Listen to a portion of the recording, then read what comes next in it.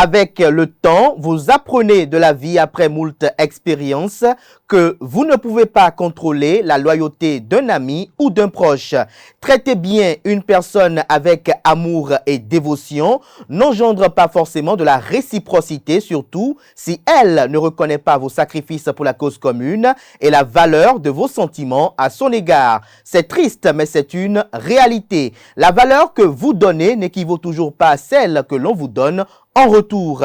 Mais ce n'est pas une raison pour être paranoïaque. Ayez juste confiance en ceux que la vie a suffisamment éprouvés et éclairés, car ces derniers connaissent mieux la valeur des sentiments et savent les conserver. Bonjour à toutes et à tous, bon réveil matinal, bienvenue sur Free Matin, ce rendez-vous matinal d'information, d'analyse et de divertissement sur ESAE TV. Le menu de cette matinale vous est assez familier, vous aurez d'un instant à l'autre la une des journaux que j'aurai à vous présenter. Le bulletin matinal d'information qui est présenté ce matin par Anaël Dohou. Il vous fera le point des grandes décisions qui ont été prises hier en Conseil des ministres. Juste après son passage, Colombe Oussou prendra place pour vous présenter le point de l'actualité sportive à travers la rubrique sport. Et juste après elle, Quentin Amoussou présente la définition du jour. Et en fin d'émission, Nasrine Fatoumi nous dévoile les prévisions des astres pour les 12 signes du zodiaque pour le compte de cette journée du 4 mai 2023. Voilà l'essentiel à retenir du sommet du jour qui est assez bref. On démarre juste après cette pub de l'ESAE.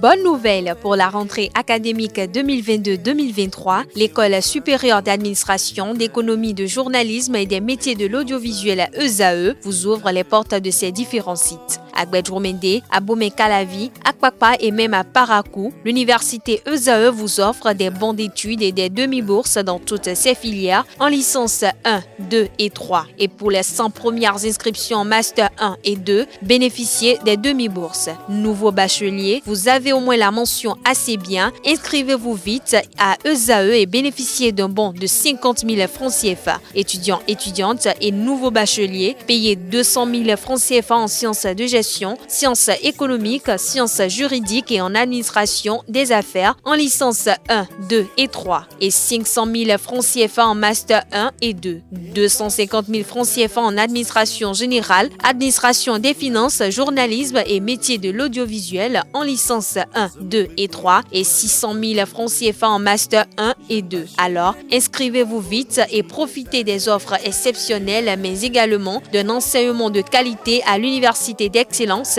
ESAE. Infoline 90 93 65 21 ou le 98 98 14 00. ESAE, l'excellence a un nom.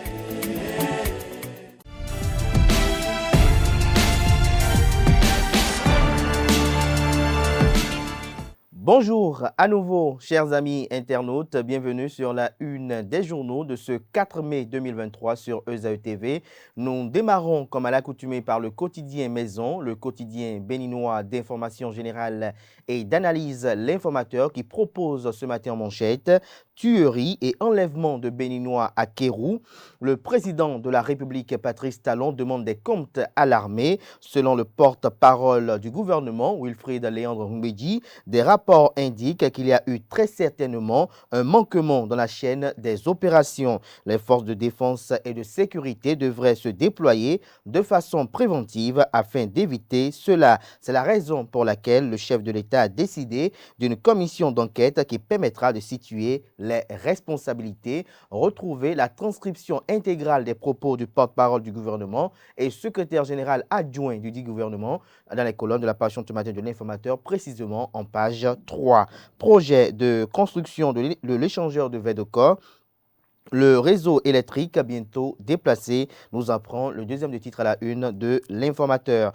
Préservation de la paix dans les universités, le Centre des œuvres universitaires et sociales d'Abomey-Calavi AC sensibilise les étudiants sur les franchises universitaires. Toujours à la une de l'Informateur de ce matin, croissance démographique au Bénin, une assise nationale pour une nouvelle politique de population. L'oreille droite de la une de ce matin de l'Informateur vous invite à découvrir dans les colonnes de sa parution les productions journalistiques des étudiants en formation à l'école supérieure d'administration, d'économie, de journalisme et des métiers de l'audiovisuel ESAE.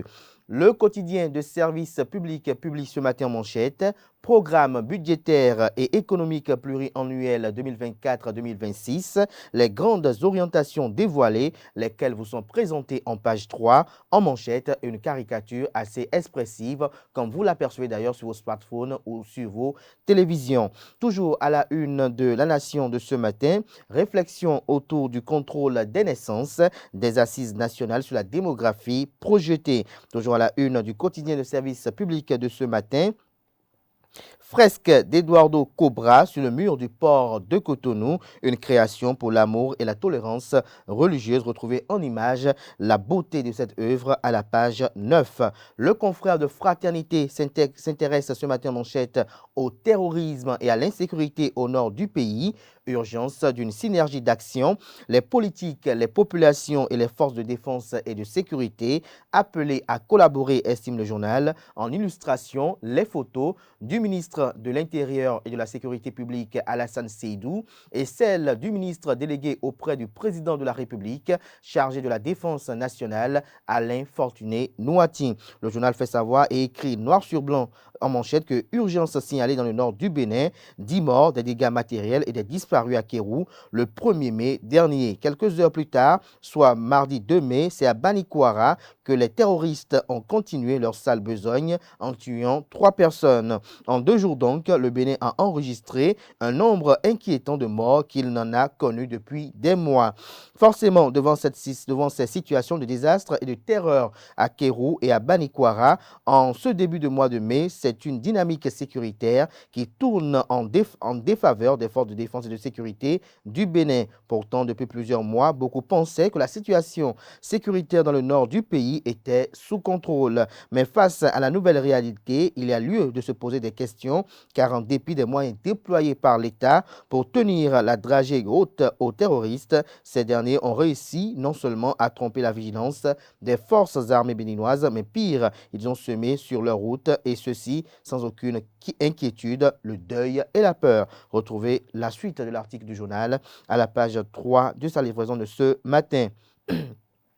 Toujours à la une de Fraternité de ce matin, construction de l'échangeur du carrefour Vedoko à Cotonou, les travaux de déplacement de réseau annoncés. On peut lire également à la une de Fraternité de ce matin, harcèlement et interférence dans la gestion d'une société privée, les Bagnoles Motors, LBM, menace et met en garde. L'article édifiant à retrouver à la page 3.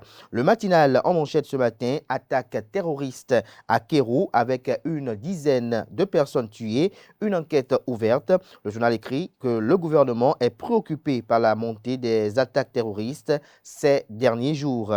Le cas de celui survenu à Kérou le mardi 2 mai 2023 est revenu à la surface des échanges entre le porte-parole du gouvernement et les professionnels des médias lors du traditionnel point de presse consécutif au Conseil des ministres du 3 mai 2023. Dans ses explications, Wilfried Ndongbeji a indiqué que le chef de l'État a donné des instructions pour que les tenants et les aboutissants de cette attaque soient élucidés. Toujours à la une de Le Matinal de ce matin, croissance démographique et développement des assises nationales projetées. Toujours à la une du journal Le Matinal de ce matin, état de la liberté de presse, le Bénin gagne 9 places au classement 2023 de Reporters sans frontières. Matin libre ce matin en manchette, Khekhoumé Yawedeu, l'expression du malaise au bloc républicain.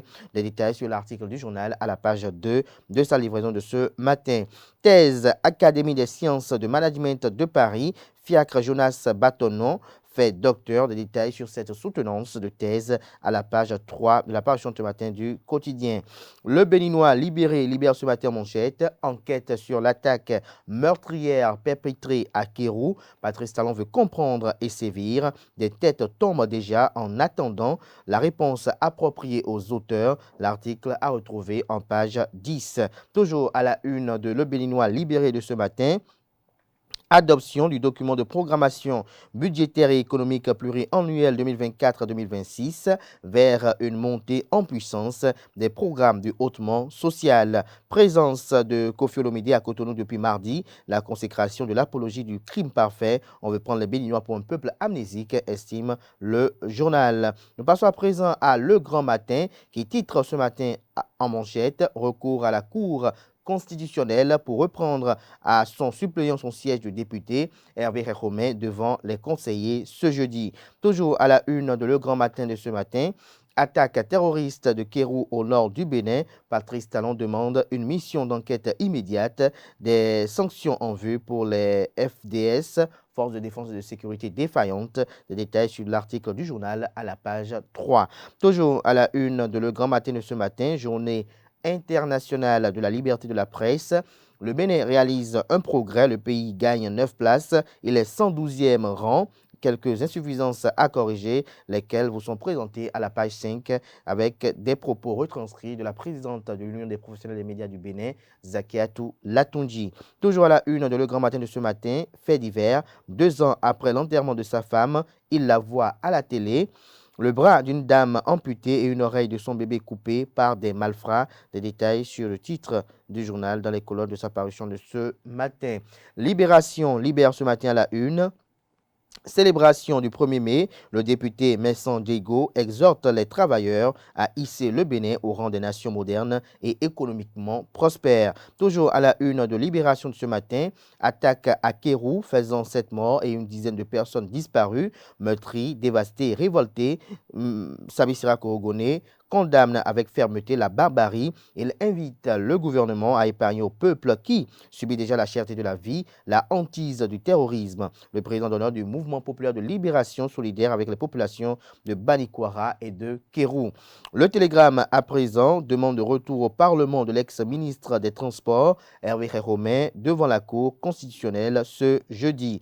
Toujours à la une de Le Télégramme de ce matin, célébration de la fête du travail à l'Assemblée nationale, les assurances de Louis Vlavonou au personnel parlementaire vous sont rapportées en page 2. D'Abaro ce matin à sa une, Paracou, un bar-restaurant recrute. Retrouvez l'annonce à la page 3. Toujours à la une du même quotidien ce matin, lutte contre les changements climatiques au Bénin, un hymne des enfants pour la protection de l'environnement disponible.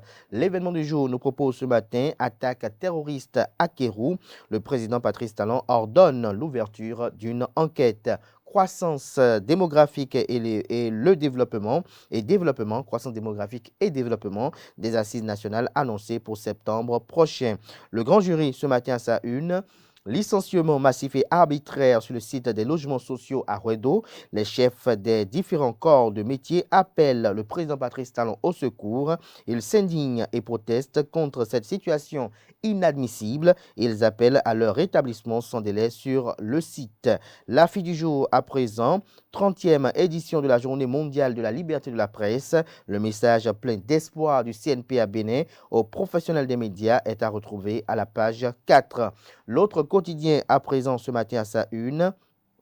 Contenir la croissance démographique au Bénin, le président Patrice Talon envisage des assises nationales inclusives. Les 4 vérités ce matin en manchette, économie africaine, Grand Prix du leadership féminin, Claudine Afiavi-Prunencio, une distinction bien méritée. Beaucoup de femmes entrepreneurs africaines l'adoptent comme modèle et marraine. Toujours à la une de les 4 vérités de ce matin, actes de violence perpétrés par des assaillants sur les populations de certaines localités. Le CRSR condamne et demande au gouvernement d'élucider toutes les pistes. Toujours à la une du même quotidien ce matin, polémique au sommet du bloc républicain suite au courrier de Rachidi Gbadamassi réclamant la démission de Abdoulaye Biotchane. Les militants du bloc républicain de Sakété proposent la solution. Sakété avait tiré la sonnette d'alarme lors des malheureux positionnements sur des listes électorales. Chacun doit se remettre en activité pour faire face aux prochaines échéances électorales, celles de 2026. La primaire ce matin en manchette, guéguerre au sommet de la hiérarchie du bloc républicain. Les militants à Sakété dans la dynamique de pacification. Arrêtons les déballages qui n'apportent pas grand-chose au bloc républicain. Toujours à la une de la primaire de ce matin, Attaque terroriste de Kérou. Patrice Talon demande une enquête des sanctions en vue contre les forces de défense et de sécurité. Ce sera tout pour la présentation de quelques titres parus ce jour dans la presse locale. Place à présent au bulletin matinal d'information avec Anaël Dou.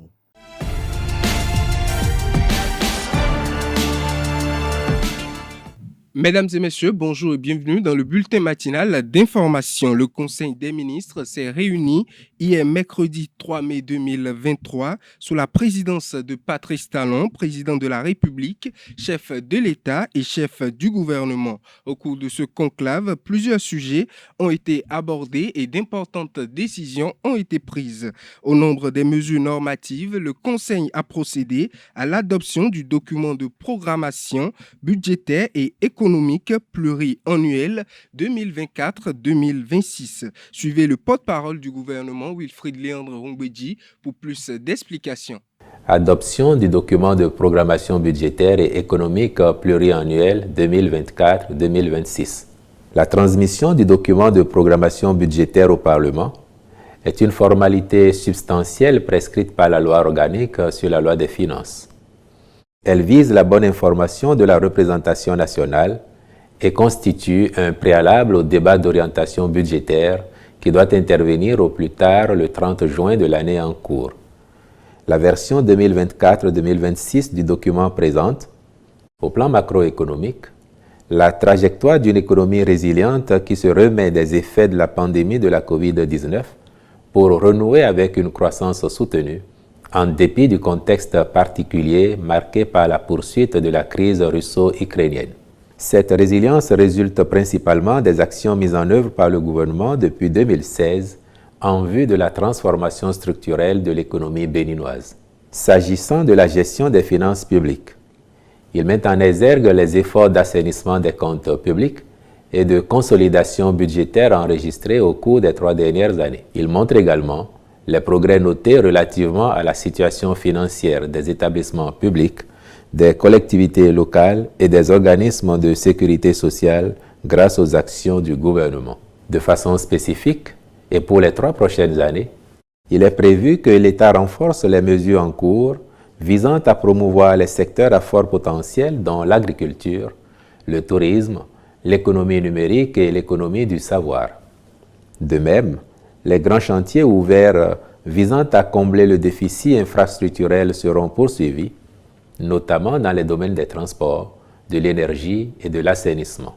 Cette stratégie sera appuyée par les mesures visant, d'une part, l'amélioration de l'environnement des affaires, afin de créer un cadre favorable à l'éclosion d'un secteur privé dynamique et compétitif, d'un secteur industriel sélectif, avec un accent particulier sur l'enseignement technique et la formation professionnelle. D'autre part, elle favorisera la promotion des chaînes de valeur régionales. De même, le prochain triennal sera fortement marqué au plan budgétaire par la montée en puissance des programmes de filets sociaux, dont l'objectif est de réduire significativement l'impact de la crise économique mondiale et d'être un moyen adapté et innovant pour s'attaquer durablement à la pauvreté. Aussi, ces orientations prennent-elles en compte les objectifs de développement durable ODD pour lesquels le gouvernement a défini depuis quelques années les cibles prioritaires pertinentes pour le Bénin et mis en œuvre une série de projets et de réformes visant leur réalisation. En ce qui concerne particulièrement les finances, la politique publique restera orientée vers l'élargissement de la base imposable, la sécurisation des recettes ainsi que l'amélioration des services rendus aux contribuables. Elle portera également sur le renforcement de la qualité des dépenses publiques. Par ailleurs, les réformes entreprises au niveau des établissements publics, des collectivités locales et des organismes de sécurité sociale seront poursuivies afin de consolider les acquis et optimiser les contributions à l'économie. Enfin, le document de programmation budgétaire et économique pluriannuel prévoit que l'ensemble des interventions de l'État se fera de manière à préserver la viabilité de la dette et la soutenabilité des finances de l'État. En l'adoptant, le Conseil a instruit le ministre de l'Économie et des Finances, le ministre du Développement et de la Coordination de l'action gouvernementale ainsi que le ministre de la Justice et de la Législation, à l'effet d'en assurer la présentation et la discussion devant la représentation nationale. Côté communication, le Conseil a pris plusieurs dispositions. Suivant à nouveau le porte-parole du gouvernement, Wilfrid Léandre Ongweji, pour plus de détails. Au chapitre des communications, en point 1, approbation du dispositif d'intervention de l'Agence de développement des petites et moyennes entreprises. Pour rappel, la multiplicité des structures publiques intervenant en faveur des micro, petites et moyennes entreprises, ainsi que le manque de synergie entre elles, ont conduit à la réforme du dispositif global d'intervention de l'État à des fins de rationalisation et de mise en cohérence pour plus d'efficacité. L'Agence de développement des petites et moyennes entreprises ainsi créée représente un véritable guichet unique au service de ces catégories d'entreprises et a pour vocation de fédérer l'ensemble des interventions publiques à leur profit avec une offre intégrée d'accompagnement, d'orientation et de financement.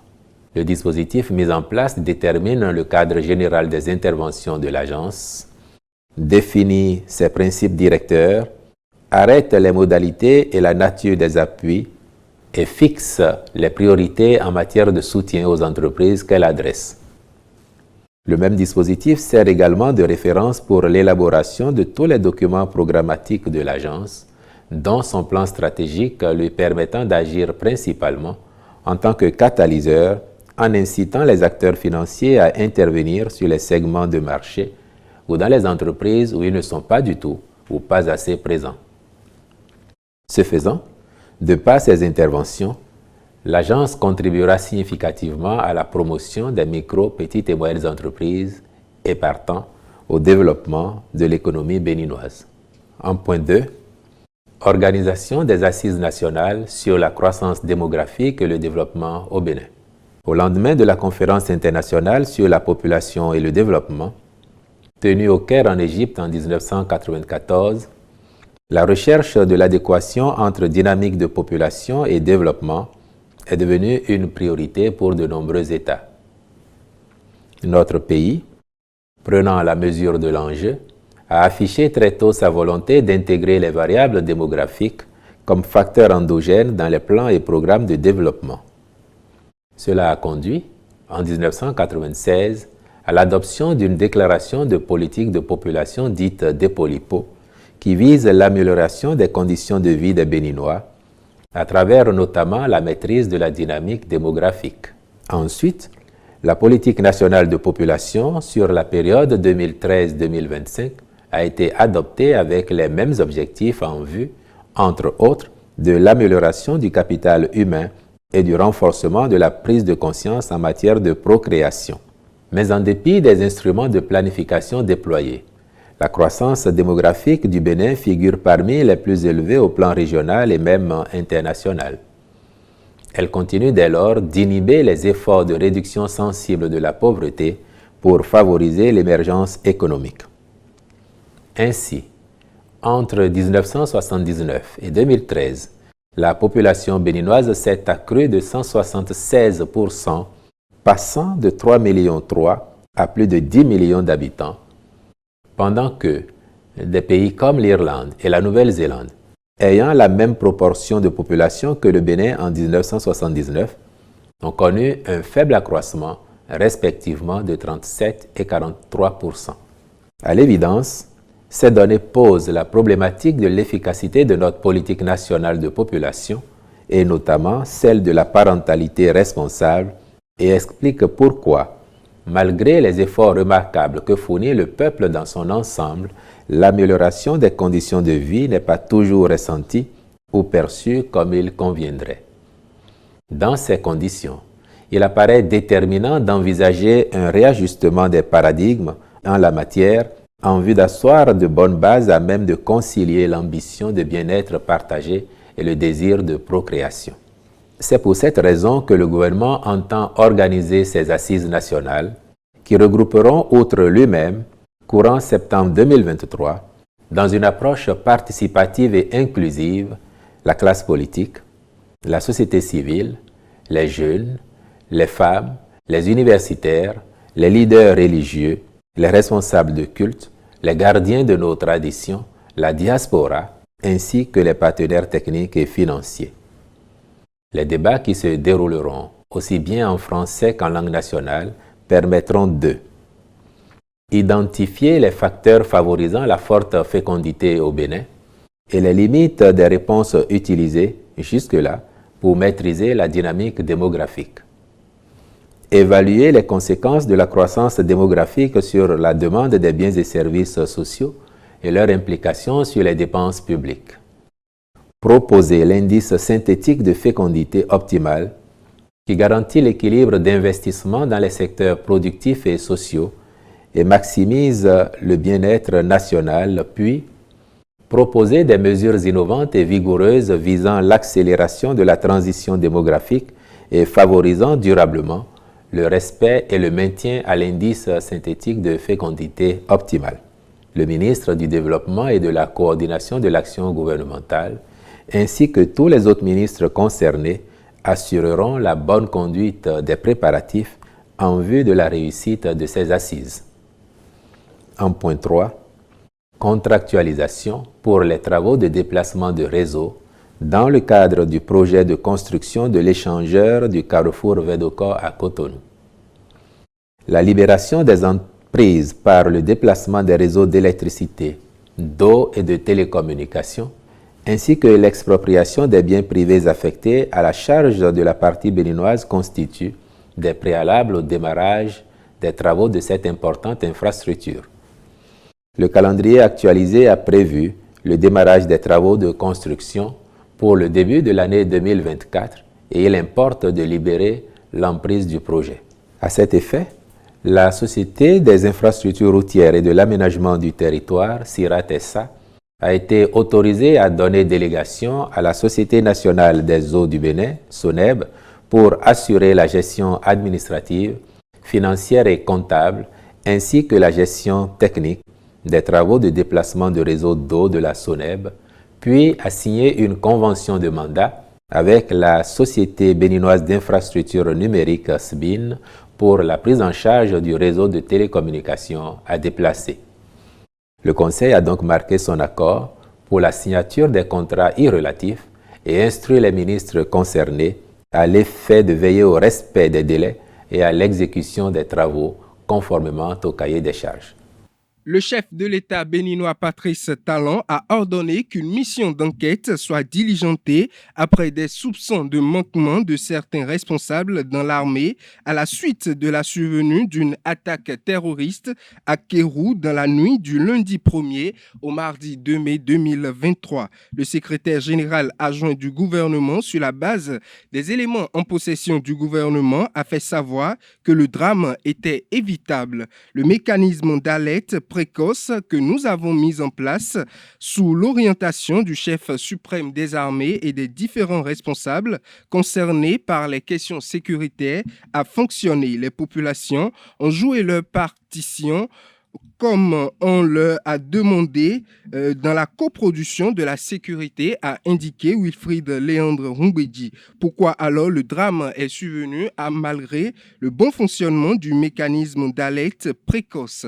Les rapports indiquent qu'il y a eu très certainement un manquement dans la chaîne des opérations pour que les forces de défense et de sécurité se déploient de façon préventive afin d'éviter cela, a fait savoir le porte-parole du gouvernement. Autre information, l'artiste brésilien Eduardo Cobra a réalisé une œuvre sur la façade de l'ex-hôtel du port de Cotonou. Elle a été inaugurée hier mercredi 3 mai 2023 par le ministre du Tourisme, de la Culture et des Arts Jean-Michel Abimbola en présence de plusieurs invités. L'œuvre réalisée sur 525 mètres carrés illustre 12 personnes chacune représentant une région une région différente. À en croire Eduardo Cobra, c'est symbolique car il y a 12 départements dans le pays.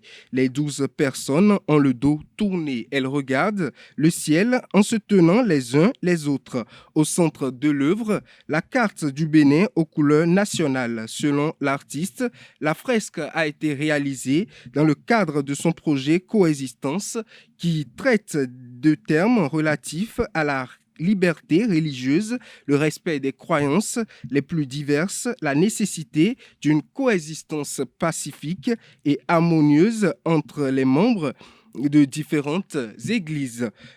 Une délégation du groupe de la Banque mondiale, conduite par son vice-président pour l'Afrique de l'Ouest et du Centre, a été reçue le mardi 2 mai 2023 au Palais de la Marina par le président de la République, Patrice Talon. À travers cette rencontre, la délégation entend remercier le chef de l'État béninois pour l'accueil réservé aux participants au colloque à l'arrivée à Cotonou. Une rencontre qui a été délocalisée pour la toute première fois hors de Washington grâce au management du chef de l'État. À la sortie de l'audience, Ousmane Diagana, vice-président de la Banque mondiale pour l'Afrique de l'Ouest et Centre, a fait savoir que le choix du Bénin n'est pas le fruit du hasard. On le suit.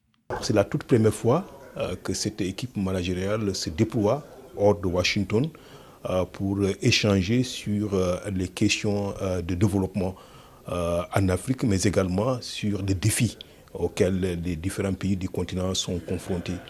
Nous avons estimé que le Bénin est une place appropriée pour ce type d'échange, compte tenu des progrès significatifs le pays a accomplis ces dernières années sur le plan du développement des infrastructures, l'accès des populations aux services de base, qu'il s'agisse de l'eau, qu'il s'agisse de l'éducation, qu'il s'agisse de la santé, qu'il s'agisse d'énergie, mais également en tenant compte, bien entendu, des défis de développement qui restent posés, défis exacerbés par les crises auxquelles le monde fait face, les effets de la Covid-19, le changement climatique, l'impact de la guerre en Ukraine sur les économies, mais également sur les populations, et tout ceci dans un contexte géographique des plus complexes, avec la situation sécuritaire dans les pays du Sahel et ses implications aujourd'hui pour les pays côtiers.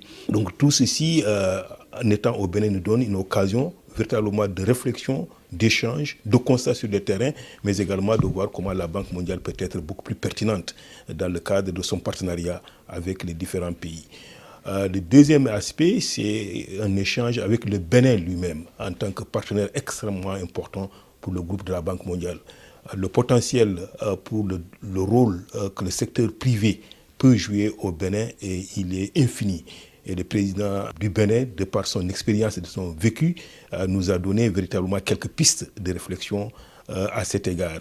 La question démographique, qui est un enjeu majeur pour l'ensemble de nos pays, avec l'augmentation de la population et donc tout ce qui ça demande comme investissement pour répondre à leurs besoins, est une dimension extrêmement importante que nous avons également discuté avec le président. Ça a été des échanges très longs, mais surtout très, très, très riches, sur lesquels nous allons réfléchir davantage avec l'ensemble de nos collègues, en espérant que nous aurons une feuille de route qui pourrait informer la réflexion stratégique que mes collègues dirigés par Atousek, qui est notre représentant résident ici, ont déjà commencé avec les Béninois dans le cadre de la préparation de la prochaine stratégie de partenariat entre le Bénin et la Banque mondiale, qui va être adoptée au cours de l'année 2024 et qui sera mise en œuvre sur une période de 4 ans. Les perspectives de Bénin sont bonnes et le Bénin a fait preuve d'une résilience très forte. Mais le Bénin dispose surtout de potentialités extrêmement importantes, qu'il s'agisse dans le domaine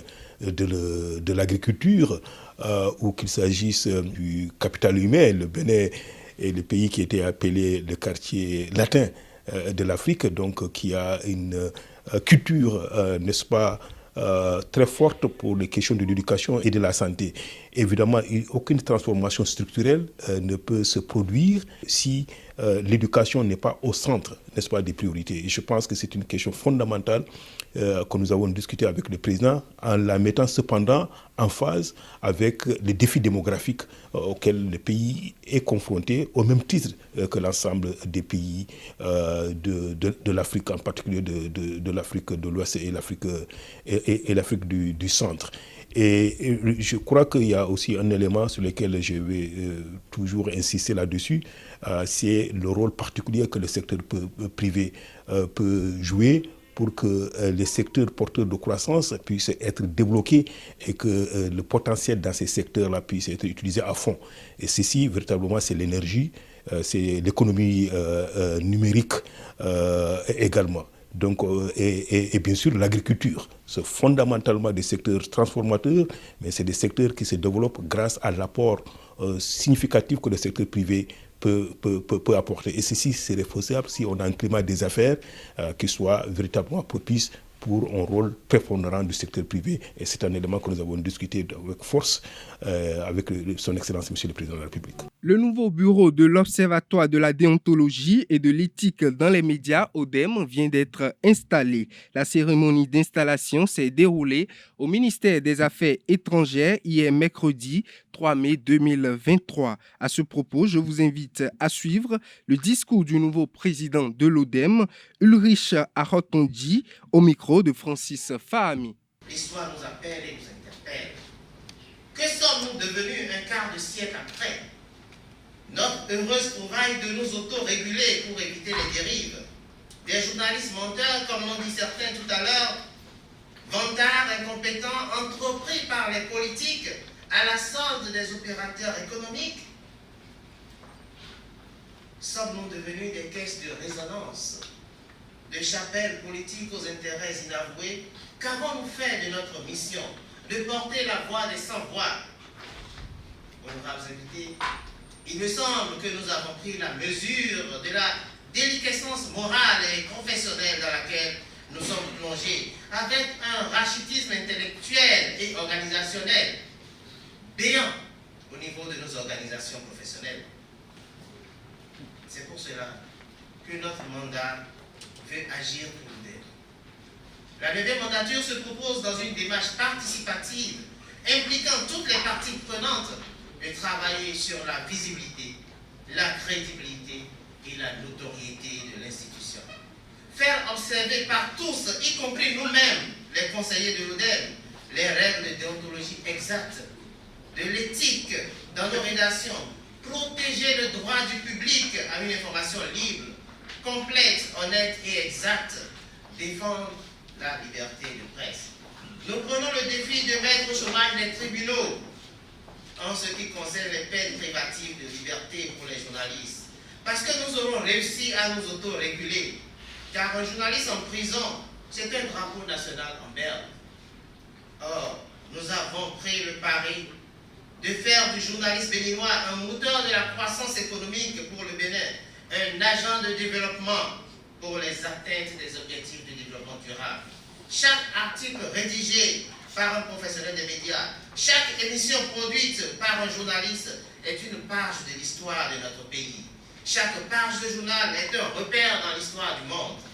Mesdames et messieurs, chers partenaires, le défi est grand, l'ambition prégnante. C'est pourquoi accompagner les médias dans cette noble mission d'information rendra plus utile vos efforts pour l'avènement d'un pays développé. Avec les médias au cœur de vos actions de développement, la marche est irréversible vers le progrès. Aucun centime ne sera de trop. Dans ce contexte de précarité languissante où l'espoir semble devenir un rêve évanescent. L'ODEM aujourd'hui a plus que jamais besoin de partenaires pour remettre les médias au cœur du développement. Nous avons hérité de l'observatoire athlétique esselé de la scène médiatique. Et pourtant, on n'a nulle part une lampe pour la mettre sous le boisseau. Mais nous osons espérer que du fond de ces ténèbres épaisses jailliront des étincelles de lumière qui deviendront rapidement un brasier d'excellence et de liberté pour le métier. Dans les 3 prochains mois, nous lancerons officiellement les journées déontologiques et éthiques de la presse béninoise avec pour objectif d'engager une dynamique pérenne de respect des règles professionnelles au sein des médias béninois. En décembre, nous aurons la première édition des Oscars de l'ODEM avec un zoom sur les journalistes de qualité. Nous voulons encourager et célébrer le mérite. Le contexte sécuritaire actuel nous en donne l'exigence. Nous prendrons notre bâton de pèlerin, par ailleurs, pour parcourir monts et vallées au fin de rassurer nos confrères des autres départements que l'Observatoire est bien national et non départemental. C'est dans ce Sursum Corda où les cœurs s'élèvent ensemble que nous chanterons le requiem de nos dérives pour laisser luire la lumière de l'excellence et de la qualité, deux mots-clés de notre mandat. ODEM, Fiat Lux, que la lumière brille sur ODEM. À présent, je vous invite à suivre Firmin Gbekkan, nouveau vice-président de l'ODEM, qui nous livre ses impressions à la sortie de la cérémonie d'installation. Suivez ses propos au micro de Francis Fahami. D'abord, nous avons surpris tout le monde au moment où on pensait que comment on va pouvoir élire ce bureau de l'ODEM 9e mandature. Tout le monde pensait est-ce que ça va être comme la fois passée. Ils étaient là. Quand on les a surpris, nous avons présenté à l'Assemblée spéciale notre liste, notre bureau, et c'était déjà le signe d'un bon début. Et vous avez suivi les choses. Nous nous sommes déjà engagés. Alors, l'ODEM, qu'est-ce que c'est? Vous le savez, c'est ce tribunal des pairs. Et quand est-ce qu'on va au tribunal? C'est quand on commet des impairs, quand on commet des fautes qu'on se rend au tribunal. Mais lorsqu'on sait qu'en posant tel acte, je vais commettre des fautes, et on sait qu'en faisant de cette manière, je vais éviter les fautes, on peut éviter le tribunal. Donc, tout à l'heure, le président a dit que nous allons mettre en chômage le tribunal parce que nous voulons travailler à ce que chaque acteur des médias puisse savoir ce qu'il a à faire, comment il va le faire et pourquoi il doit le faire. Les médias doivent être désormais, ou mieux encore, un vecteur de développement et non un vecteur de destruction. Les médias, comme les acteurs des médias, doivent savoir qu'ils sont là, non pas pour détruire, mais pour construire. Et pour construire, il faut poser des actes qu'il faut. Les actes qui rentrent dans le cadre, dans la synergie de la construction de l'économie. Ce n'est pas pour rien que nous constituons le 4e pouvoir. Mais il est également aisé de constater aujourd'hui que le journaliste même ne se donne pas une certaine considération. Parce que ce métier est noble. Mais est-ce que nous-mêmes, nous savons que nous faisons un métier noble? Ça dépend de comment on se comporte. Lorsque dans nos productions, vous avez suivi le micro-trottoir, où les gens ont dit, mais aujourd'hui, vous prenez les parutions, vous avez des titres, et à l'intérieur, c'est rien. Vous avez des titres à la une, mais à l'intérieur, c'est rien. Mais un journaliste qui fait ça, désormais, doit savoir qu'il s'éloigne dangereusement et pitoyable, de façon, je ne sais pas comment je vais le dire, il s'éloigne dangereusement de son professionnalisme.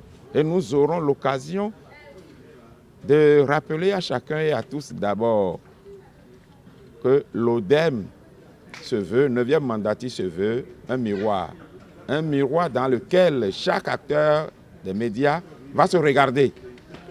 Chaque jour, à chaque instant, chaque heure, il va se regarder dans ce miroir avant d'aller à son reportage, avant d'aller faire tout ce qu'il doit faire. En le faisant ainsi, si vous vous regardez dans le miroir et que vous constatez que vous êtes mal habillé, vous devez redresser votre cravate, vous devez redresser vos boutons, vous devez redresser, si vous êtes mal coiffé, vous devez redresser votre coiffure. Comme ça, quand vous allez sortir, ceux qui vous regardent vont savoir que celui-ci il s'est très bien habillé, il est tiré à 4 épingles, il s'est endimanché. C'est comme ça, désormais, ce sera pour chaque acteur des médias.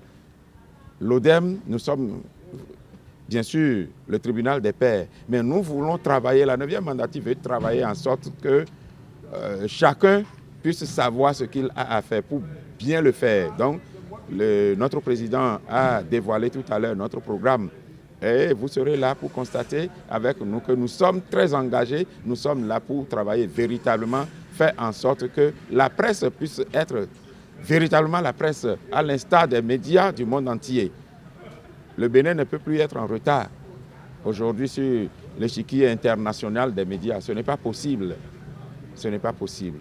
À l'issue de cette cérémonie d'investiture de la 9e mandature, l'ancien président de l'ODEM, René Adeniyi, et membre de la nouvelle mandature, nous livre ses propos. La 9e mandature de l'ODEM, c'est pour une presse professionnelle, une presse de développement, une presse au service du pays. Vous avez entendu, les gens critiquer la presse, ils ont parlé d'une presse moribonde, d'une presse de façade, ainsi de suite. Avec nous, ça sera un nouveau départ. Il y avait déjà un nouveau départ quelque part. Sachez que maintenant, il y a un nouveau départ au niveau de la presse. Nous disons seulement aux populations, aux consommateurs des produits de la presse, que la presse n'est pas morte au Bénin. Aujourd'hui, 3 mai, journée internationale de la presse sur le plan mondial, l'ODEM va jouer sa partition et nous comptons sur tout le monde pour que nous puissions réussir notre mandat. Jugez-nous et vous verrez ce qui va se passer.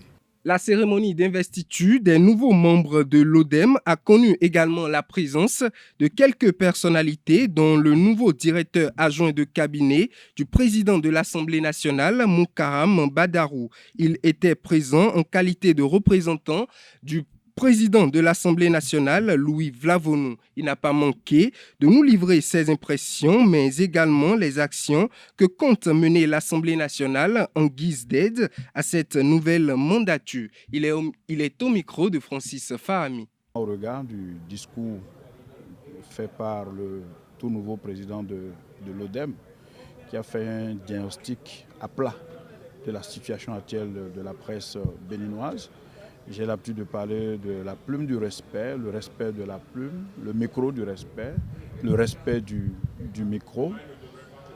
Et en faisant son discours tout à l'heure, il a fait un bon diagnostic de la situation actuelle, situation très difficile, situation d'égarement par endroits, mais situation heureuse, à savoir que les amis de la presse sont toujours à la tâche, à savoir que les amis de la presse sont toujours prêts à rebondir, sont toujours prêts à arrondir les angles, sont toujours prêts à accompagner le développement de notre pays. Et ce n'est pas un hasard que leur installation se passe un 3 mai, qui est une journée dédiée à la liberté de la presse. Et leur installation se fait aussi 24 ans après la création de l'ODEM. Et vous savez, comme on le dit chez moi, tout revenant qui n'a pas de Amouchan pourra se perdre. Amouchan, c'est le guide. Et l'ODEM est une sorte de guide au niveau de la presse béninoise. L'ODEM est en sorte une institution que nous nous sommes donnée. Je dis nous parce que très proche de la presse aussi, promoteur de la presse aussi, c'est pour ça que j'utilise le mot nous. Et à ce titre, l'ODEM est une institution que nous nous sommes donnés pour l'éthique en notre propre sein, pour le respect de la déontologie en notre propre sein. Et vous savez, nous avons l'habitude de dire que la presse est le 4e pouvoir. Il arrive des gens qui pensent que c'est même le premier pouvoir. Pourquoi? Parce que la presse, c'est le carrefour par lequel tout acteur public, tout acteur politique, tous ceux qui s'intéressent au développement, tous ceux qui s'intéressent aux actions militantes, tous ceux qui s'intéressent aux actions publiques, sont obligés de passer impérativement par ce carrefour. Comme vous le savez, vous faites quelque chose dans votre chambre, si la presse n'y est pas, ça restera seulement au niveau de votre chambre. Mais dès que la presse s'y mêle, c'est que ça va dans tout le pays et ça va dans le monde entier. Comme vous le savez, la représentation nationale, c'est la maison du peuple. La représentation nationale, c'est le peuple en assemblée. La représentation nationale est complètement au service de la nation et donc au service de la presse béninoise. La presse peut attendre beaucoup du Parlement, à savoir que tout ce qui s'y passe à travers les différentes lois, la presse est prise en compte. À travers les prises de position du président de l'Assemblée nationale, de la conférence des présidents, les intérêts de la presse sont pris en compte. Et à ce titre, j'invite l'ODEM à jouer complètement toute sa partition. La partition de l'Assemblée nationale, elle sera jouée et pleinement. Surtout que celui qui préside les destinées de l'Assemblée nationale aujourd'hui est aussi un ancien de la plume de la presse, c'est aussi un très proche de la presse C'est aussi un acteur politique majeur de notre pays au titre de ce qu'il est le président de l'Assemblée nationale. Eh bien, l'ODEM peut beaucoup attendre de l'Assemblée nationale. Et moi, je peux rassurer au nom du président de l'Assemblée nationale que tout ce qui revient à l'Assemblée nationale comme partition, elle sera jouée et pleinement. Je voudrais souhaiter, je suis tenté de dire au nom du président de l'Assemblée nationale, puisque c'est lui que je suis venu représenter à cette cérémonie, à mon nom propre aussi, je voudrais souhaiter bon vent à la nouvelle mandature de l'ODEM. Je leur souhaite beaucoup de courage, il y a beaucoup à faire. Je leur souhaite beaucoup de courage, je leur souhaite beaucoup de vision, je leur souhaite beaucoup de capacité, je leur souhaite beaucoup de background afin de relever les défis qui se posent et qui s'imposent aujourd'hui à la nouvelle génération de ceux qui tiennent le micro aujourd'hui. Pour vous qui êtes devant moi, pour ceux qui vont nous suivre, c'est un grand défi à relever par tous ceux qui tiennent aujourd'hui la plume dans notre pays. J'ai eu le bonheur de rencontrer dans la salle M. Aoudo, les anciens. Et je voudrais souhaiter vivement, comme on le dit, c'est au bout de l'ancienne code qu'on tresse la nouvelle, eh bien, que la génération actuelle qui tient la plume de notre pays, qui tient le micro, qui tienne les caméras, puisse effectivement faire tout ce qui est de leur possible, jouer complètement toutes leurs partitions, pour que le discours fait tout à l'heure, à l'heure du bilan, que ce discours peut se révéler être un discours prometteur pour la presse béninoise. Mesdames et messieurs, c'est tout pour le bulletin matinal d'information. Merci à vous, Anel Do, pour cette présentation du bulletin matinal d'information. Retrouvez à 19h Billy Gaël Laibi pour la grande édition du journal télévisé sur EZAE TV. Place à présent à la page des sports présentée par Colombe Oussou. Bonjour et bienvenue sur Free Sport. Pas de changement au sommet du classement de la Super League Pro de football du Bénin au terme de la 14e journée. Coton Football Club tient solidement les commandes. Devenu leader au terme de la 12e journée, Coton FC consolide de jour en jour son fauteuil. Le club de Ouida compte désormais 32 points, c'est 4 points de plus que Ayema, 28 points, battu par l'Autopopo, 1-0-7. Victoire permet d'ailleurs à l'Autopopo, 27 points, de revenir à 1 point de sa victime du jour. Mais le club de Grand Popo compte toujours 5 points de retard sur le leader de la Super League Pro. Dans la deuxième moitié du tableau, ça ne s'arrange toujours pas pour l'ASPAC, battu hier mercredi 1-0 par Damissa FC. Le double champion du Bénin chute à la 14e place. Les Portuaires ne comptent désormais plus que 13 points en 14 journées. Dans le dur lors de la phase aller, Buffle FC semble aller de mieux en mieux. Le vice-champion en titre s'est offert les requins de l'Atlantique de 1 dans l'après-midi d'hier pour poursuivre leur progression au classement. Ils sont maintenant 13e avec 14 points. Le club de Parakou reste tout de même derrière son adversaire du jour qui est 12e avec 16 points. Autre information, l'Algérien Hamza Yassine a remporté hier mercredi la deuxième étape du Tour du Bénin couru entre Parakou-Savet, distance 156,42 km. Il a devancé au sprint avec un chrono de 3h51 minutes 43 secondes et une vitesse moyenne de 40,50 km par heure. Le Marocain Ashraf Eid Dogmi, qui conserve le maillot jaune, et Bennett Stéphane du Guam, 3e. Avec un profil peu accidenté, fait de petits dénivelés, cette étape a été dominée sur une bonne partie par Rodrigue Nounaoué Kouéré du Cameroun, qui s'est usé en jouant au lièvre. Au final, il a réussi à s'offrir -6 en bonification, donc premier sur 2 des 3 sprints intermédiaires. Malheureusement, à 53 km de l'arrivée, il se fait rattraper par le peloton qui est resté groupé pendant un temps. Au final, il a terminé 42e sur l'étape et 19e au général.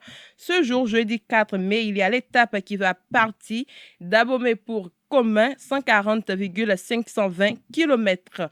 Nous allons monter la région de Posotomain, Lalo, la région de Sahoué, qui est une région magnifique, le lac Ayemé. Ça va être magnifique. Notre rôle n'est pas seulement le cyclisme, c'est aussi de pouvoir apporter un plus à notre pays en montrant comme ça se fait autour de France le patrimoine, le pays, a déclaré Romuald Razoumen, directeur général du Tour et président de la Fédération béninoise de cyclisme. Les tests de niveau se sont poursuivis le samedi dernier au centre Happy Universe Multisport de Cotonou. Pour le compte de la deuxième journée, la direction a évalué les connaissances des pensionnés en tennis en couplant cela avec des séances de fitness et de tai chi. Des précisions avec Setondélarius Adiagueno. La deuxième journée des tests de niveau au centre Happy Universe Multisport s'ouvre avec une séance de maintien de la forme physique, le fitness. Ça permet à la population de Cotonou et environ de venir se dégraisser, de venir se refaire la santé, de venir travailler les muscles, refaire les articulations, remettre les os en place pour pouvoir bien rebondir sur les activités quotidiennes. Et très ravi parce que nous avons eu des participants et nous appelons encore à plus de participants pour les fois à venir. Sous la direction du coach Carl, les participants ont pris du plaisir à faire différents exercices afin de renforcer l'ensemble du corps et le cœur. Ça m'a permis de me défouler, de m'amuser et de faire du bien à mon corps. C'était très intéressant. Là, je repars vraiment bien dans la tête, bien dans le corps. Et j'invite vraiment les gens à venir faire le sport. Le sport, c'est très important pour la santé. Dans la même veine du fitness, le tai chi se positionne cette année pour l'harmonie de l'énergie corporelle et l'amélioration de la souplesse, tout en renforçant le système musculo-squelettique des adhérents. Et ça permet aux gens d'avoir toujours une très bonne santé et de vivre à l'aise dans le repos, dans toutes les activités de la vie. Donc nous appelons aussi les gens à venir découvrir cette nouvelle activité qui vient de commencer à Chomps. Sur le court de tennis, les pensionnaires se sont mesurés à des enfants externes dans 8 catégories. 5 ans moins filles et garçons, 7 ans moins filles et garçons, 10 ans moins filles et garçons, 12 ans moins filles et garçons et 15 ans moins filles. Un tournoi round-robin qui vise à évaluer leur maîtrise des fondamentaux et leur inculquer l'esprit de compétition. Ils ont seulement une séance par semaine. Et techniquement, ils arrivent quand même à renvoyer des balles, à jouer avec ceux qui sont pratiquement tous les jours sur le court de tennis, au moins 4 fois par séance dans la semaine. Je crois que ça tient, ça promet. C'est l'occasion de dire aux parents, surtout aux parents de nos enfants, encourager les enfants. Au lieu d'une seule séance par semaine, s'ils fassent au moins 2 ou 3 séances dans la semaine, je crois que le niveau serait meilleur que ce qu'on a enregistré aujourd'hui. Et on a vu les insuffisances et les avantages. On va retourner et puis mieux faire. Au thème du tournoi, les meilleurs ont été distingués.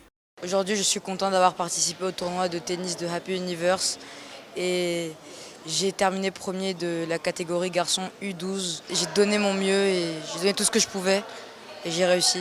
J'ai remporté la médaille d'argent. Mes adversaires étaient vraiment formidables.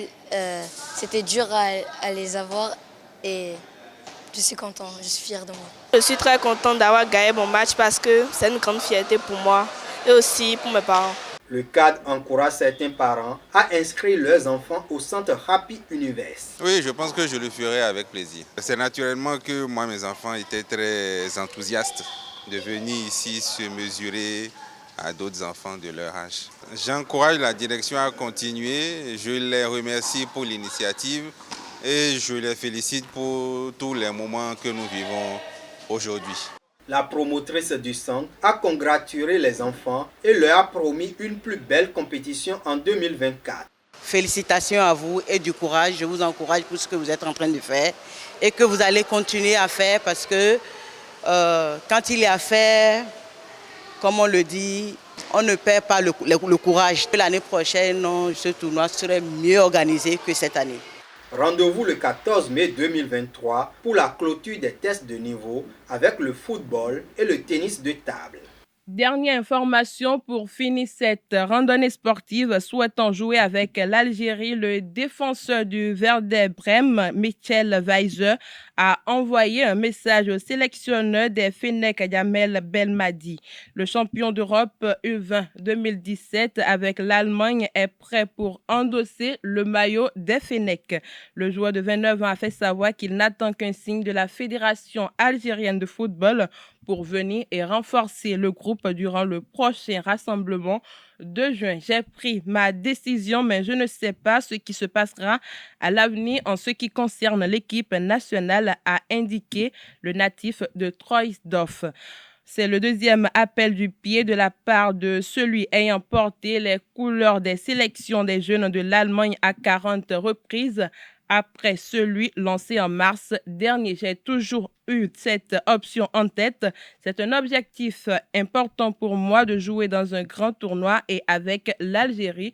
Je pense que j'ai plus de chances d'y parvenir, avait-il lancé, passé par le Bayern Munich et le Bayer Leverkusen, le fils de l'ancien joueur Patrick Weiser, qui a joué au Stade Rennais de 1997 à 1999, a marqué 4 buts et a délivré 11 passes décisives en 29 matchs joués, toutes compétitions confondues. C'est tout pour la page des sports de ce matin. Merci pour votre attention.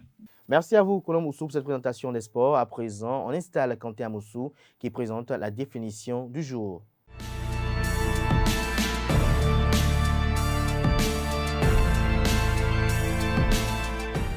Bonjour, la CAE signifie Communauté d'Afrique de l'Est. C'est une organisation internationale de 7 pays de l'Afrique de l'Est, comprenant le Burundi, le Kenya, l'Ouganda, le Rwanda, le Soudan du Sud, la Tanzanie et la République démocratique du Congo. Elle est présidée par Évariste Ndayishimiye, le président de Burundi, élu le 22 juillet 2022 à Arusha, en République unie de Tanzanie, pour un mandat d'1 année. La Communauté d'Afrique de l'Est est l'un des piliers de la communauté économique africaine. La CAE est une précurseur potentielle de l'établissement d'une fédération d'Afrique de l'Est, un État fédéral de ses 7 membres en un seul pays. En 2010, la CAE lance son propre marché commun des biens, du travail et des capitaux, ainsi que l'objectif de la création d'une monnaie commune en 2012 et d'une fédération politique en 2015. Le siège de l'organisation est à Arusha, en Tanzanie. Mesdames et messieurs, c'est tout pour la définition du jour. Merci de l'avoir suivi. Merci à vous, Quentin, pour cette présentation assez instructive. À présent, Nonsrine Fatoubi prend place à présent pour les prévisions astrologiques.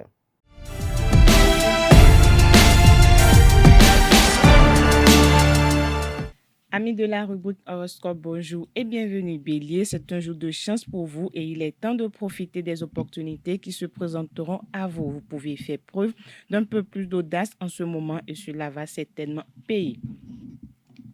Amis Taureau, soyez prudents dans toutes les décisions importantes afin de minimiser le stress et d'éviter les erreurs coûteuses. Vous aurez l'occasion de sceller des alliances solides ou de nouer des liens qui seront bénéfiques. Gémeaux, concentrez-vous sur le long terme et prenez des décisions stratégiques plutôt que sur l'instant présent. La chance sera au rendez-vous pour obtenir la reconnaissance dont vous rêvez depuis si longtemps. Amis Cancer, votre enthousiasme et votre optimisme sont à leur apogée. Vous êtes particulièrement motivé et prêt à relever de nouveaux défis. La journée sera donc très productive pour vous. Lion, vous devrez être flexible aujourd'hui car les planètes sont en mouvement et rien ne restera comme prévu. Cependant, cette dynamique peut vous offrir des opportunités intéressantes. Natif du signe Vierge, la journée sera idéale pour prendre des initiatives qui vous permettront de progresser vers vos objectifs. De plus, ce jour est propice à l'amour et aux relations intimes. Balance à présent, cette journée promet d'être riche en opportunités et en surprises agréables. Votre attention se tournera vers des questions plus profondes qui ne sont pas nécessairement liées à la matière. Chers amis Scorpions, les influences planétaires pourront influer sur votre humeur et votre attitude en vous aidant à adopter une attitude plus calme et optimiste face aux difficultés que vous allez rencontrer au cours de la journée. Sagittaire, il y aura une certaine énergie créative autour de vous qui peut être utilisée pour trouver des solutions aux problèmes ou résoudre des difficultés. Cependant, soyez prudent lorsque vous explorez les alternatives. Amis Capricorne, vous aurez tendance à vouloir vous attaquer aux plus gros projets et défis aujourd'hui et en travaillant dur et en restant concentré. Vous trouverez une satisfaction personnelle indéniable dans vos accomplissements. Avant-dernier signe du zodiaque Verseau, la journée sera propice à des moments de calme et de contemplation où vous pourrez apprendre à mieux vous connaître. Les activités sportives telles que la natation, le yoga ou la marche sont particulièrement recommandées en ce jour. Poisson, pour finir, le climat astral annonce une journée très positive qui sera marquée par votre intuition et votre sensibilité. Votre créativité prendra alors le dessous et vous permettra de trouver les solutions adéquates aux problèmes que vous allez rencontrer. C'est tout pour le message des astres de ce jeudi matin. Merci à vous, Nosrine Fatoumbi. Merci à tout un chacun pour l'attention. Ainsi prend fin Free Matin de ce 4 mai 2023. Portez-vous bien. À demain, 5 mai, pour un autre numéro d'émission de Free Matin. Jusque-là, portez-vous bien et belle suite de programmes sur SAE TV.